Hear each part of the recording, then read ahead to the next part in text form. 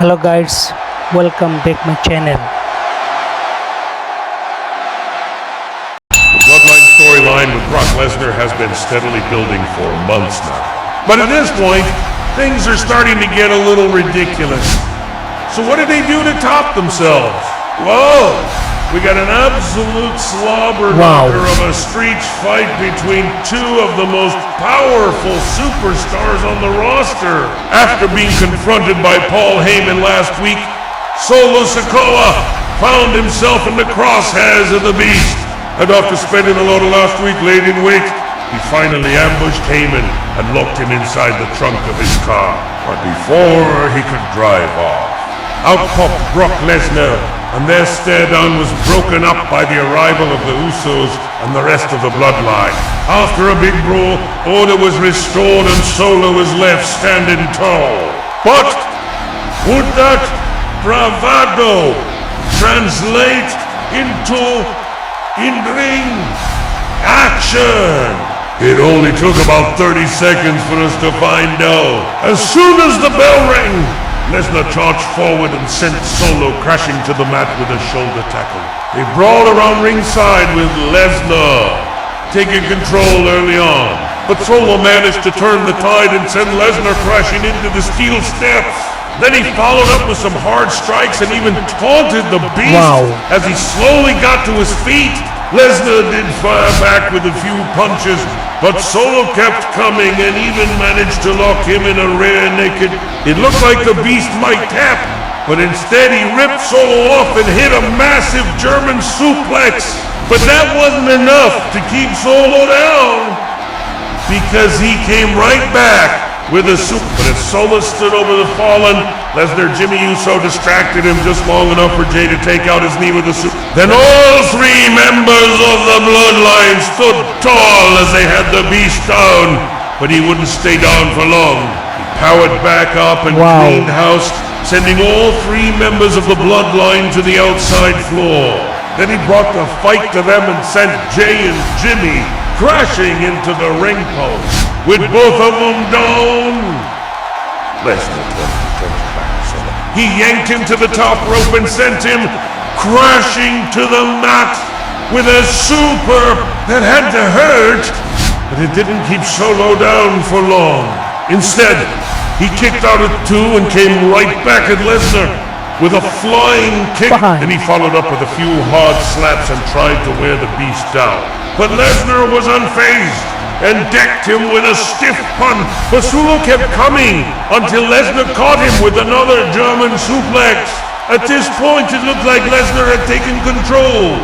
But out came Paul Heyman, who got on the mic and said that if Lesnar couldn't win the match, neither could Solo. So he pulled out a kendo stick and handed it to Solo.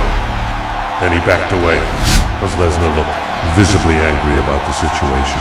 Solo raised the kendo stick high and swung, catching Lesnar's stride. Then he followed up with a few more shots to the back, but Lesnar didn't flinch. So Solo went for a low blow, and that seemed to piss the Beast off even more, because he whipped around, decked him with a stiff right hand. Then he yanked Solo to the top rope and hit him with as Lesnar stood up. He grabbed the kendo stick from under Solo and laid into it with it.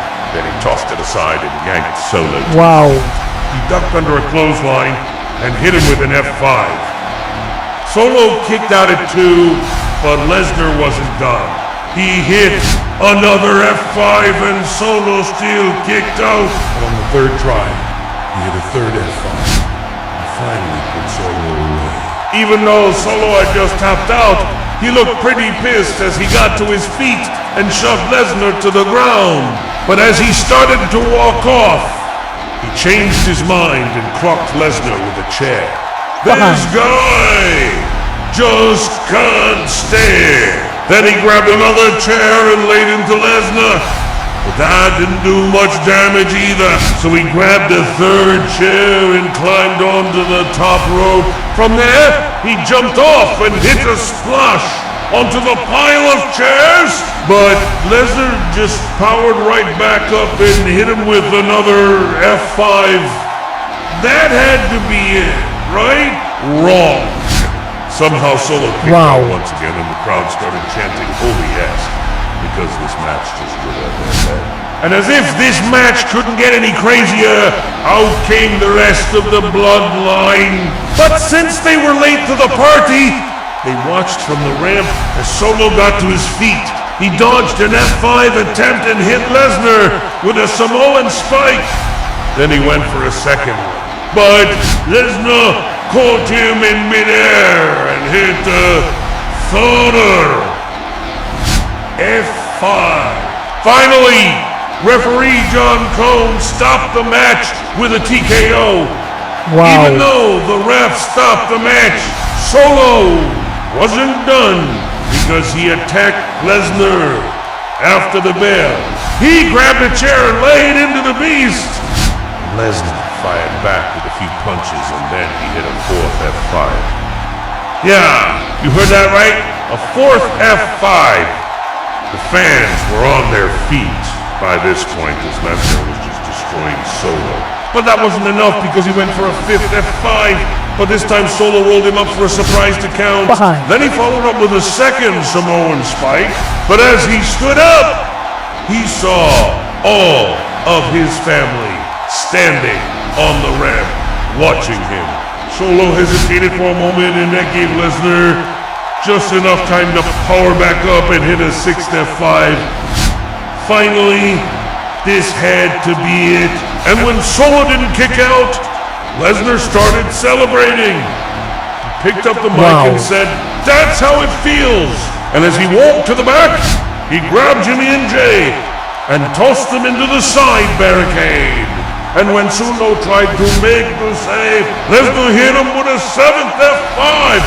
To say that Lesnar dominated this match would be an understatement.